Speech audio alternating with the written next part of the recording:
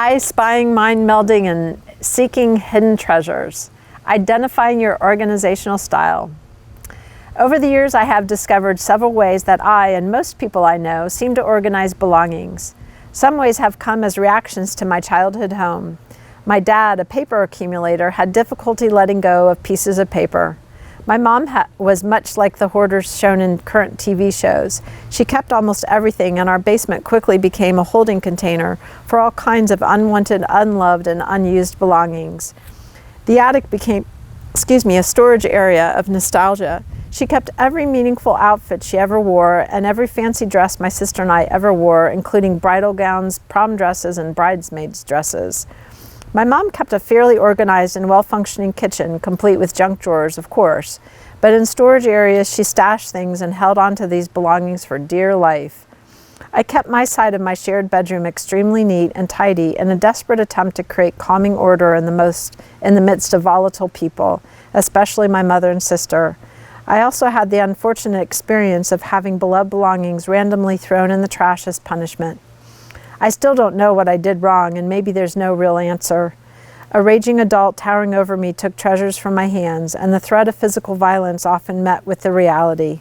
I learned quickly to not want things, or rather to hide my desire for things I truly loved.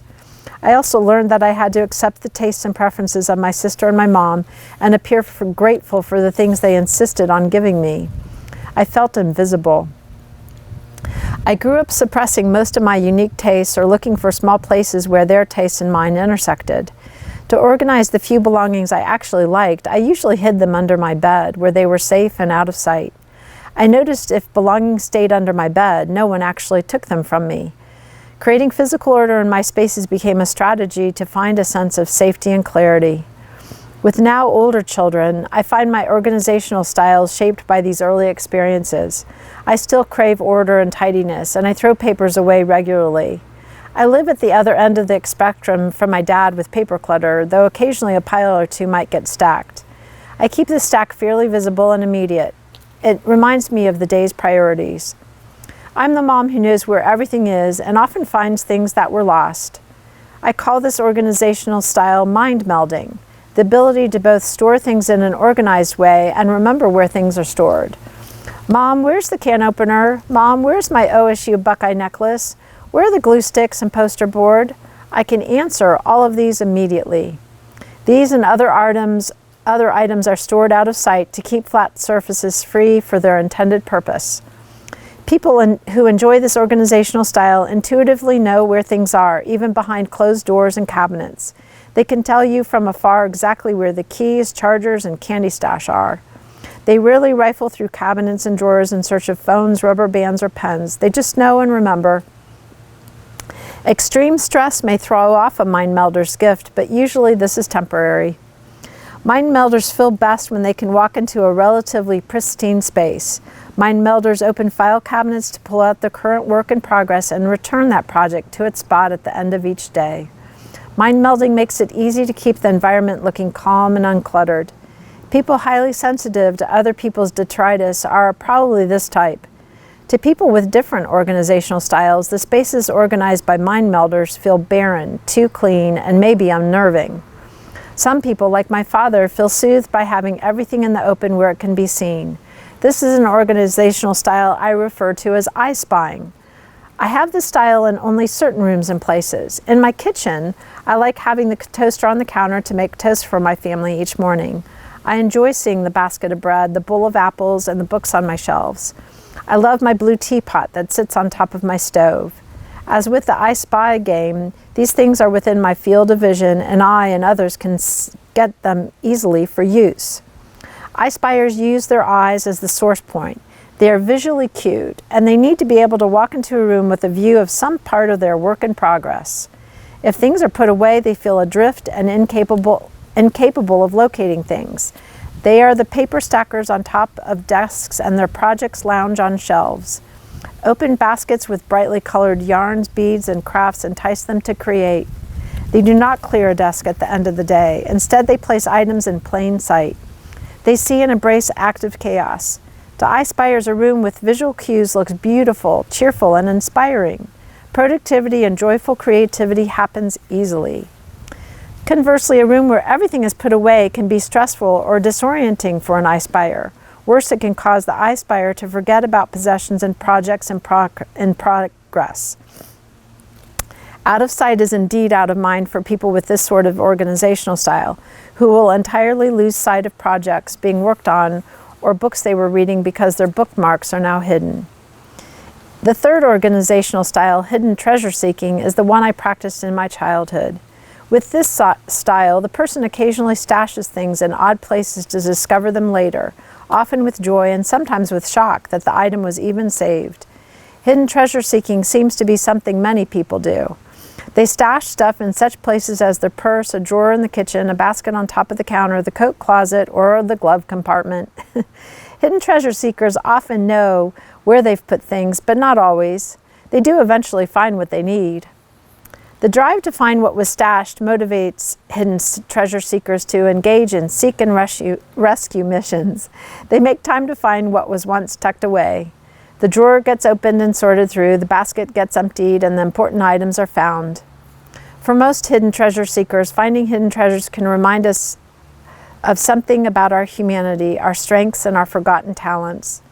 Belongings we hide away may hold a truth about who we have been, which also gives us insight about who we really are and who we can become.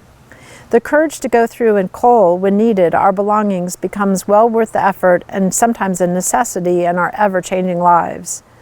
Mind-melding, I-spying, and hidden treasure seeking in our homes and lives are some ways to organize belongings and can be seen as metaphors for the different ways we've found to create meaning, calm, and clarity. At their extremes, they may not create optimal living environments. Take a moment and identify your style. How is it working for your life now? Our homes teach us about ourselves. They often are the outer expression of our inner world, of our deepest fears and desires. We get to choose what we want to learn from our homes. Your organizational style reveals something about how you create, produce, and enjoy your life inside your home. Here are some ideas to consider regarding the organizational styles we use in our homes. Identify the preferred organizational style of everyone in your home. This makes it easier to honor each person's style and help him or her organize belongings in ways that feel calming and safe. Some people, the mind-melders, may feel best with everything inside cabinets, closets, and drawers.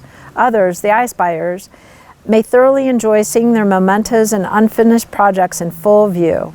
And finally, the hidden treasure seekers like to play hide and seek with their belongings. You can embrace the game even if this isn't your style. Remember that a certain degree of organization supports mental clarity. If you are struggling with confusion, consider looking at your physical space for pockets of disorganization that don't feel right to you, and take action to organize them. Seek the support of organized friends or a professional organizer if needed. Think about your belongings as a story about you and your life. If you have unresolved trauma, grief, or loss in your life experience, this part of your story must also exist somewhere in your home as a metaphor, an outside picture of that challenging time.